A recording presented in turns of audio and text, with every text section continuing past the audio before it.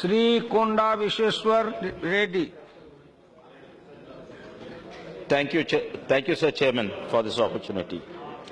Sir, Paris, the International Atomic Energy Agency, presented a case and recently concluded at COP21 that atomic energy must be considered as a sustainable energy.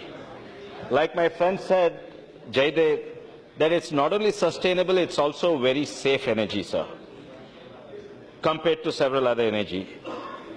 The International Atomic Energy expressed its willingness to promote nuclear energy in developing countries in Africa and Asia to improve energy efficiency and accessibility in this region. Yes, sir, we are an energy deficit and we cannot afford not to have nuclear energy, sir. This bill is actually welcome and we support this bill. The amendment of Section 2, 1962 states that 51% of the paid-up share capital of the company operating the power plant can be held by one or more government agencies. Now, sir, I have some clarifications and questions. Within this 51%, can all the 51% or how much can the PSU own and how much can the central government own directly? That is one. And secondly, sir, in the PSU, since we are privatizing PSU, can private companies invest in the PSU? Can foreign companies invest in the PSU up to a limit of 49%? So, does it mean we are limiting foreign and private investment to 49%, or 49% direct investment and 49% of 51% indirect investment, taking the overall private or foreign investment to 73%?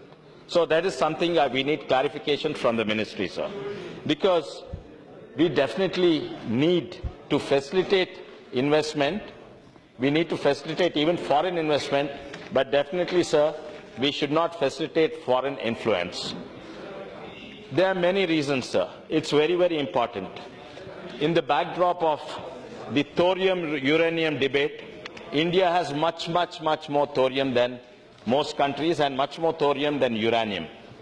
We feel there's been influence on us. While our scientists are promoting thorium and we have the capacity for R&D, we feel we are being slowly nudged the uranium way. And strangely, sir, nuclear fuel complex, the entire nuclear fuel for the country is produced in Hyderabad, and we produce twice as much as what the country requires, and yet we import uranium, probably because their reactors cannot use our fuel, and it baffles me why we are buying uranium from Australia, Belarus, and so many other countries.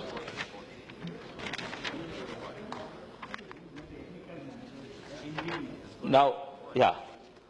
So, especially, sir, it also assumes significance in the backdrop of, our Make in India campaign. Why are we importing uranium? And more importantly, why are we being nudged in a direction where our power plants we have to import?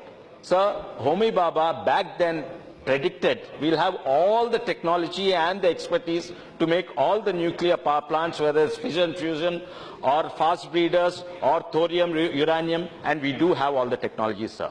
But there are different models. Some models use that type of fuel, some models use this type of fuels. So we should accept foreign investment, sir, but we should not accept foreign influence. So Telangana and Andhra Pradesh both stand to gain, particularly Telangana. Most of the uranium, 50% of the uranium in this country are in two districts, Nalgonda and Kadapa in Andhra, and of course some in Guntur. So both the states stand to gain, sir, but Telangana will stand to gain much more because we are power deficit and we need the power. And we are in a seismically stable region. We have no tsunamis or floods, and we really look forward to the day when nuclear power plants come and solve all the power plants of Telangana and the country, sir. The thorium, sir, it was planned that there will be 62 mostly thorium reactors by the year 2025. But once again, as I said, We are importing mostly uranium. We made deals with Australia, Canada, France, Kazakhstan, Uzbekistan. But more surprising, sir, I have this WikiLeaks that shows, we had the nuclear non-proliferation treaty in the past, and getting nuclear fuel was very, very difficult because uranium can be enriched, converted to weapons, and so on.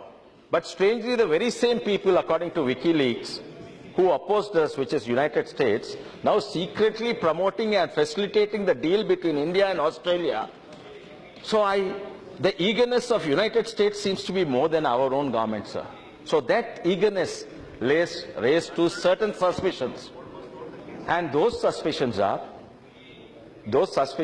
really, we become dependent on them.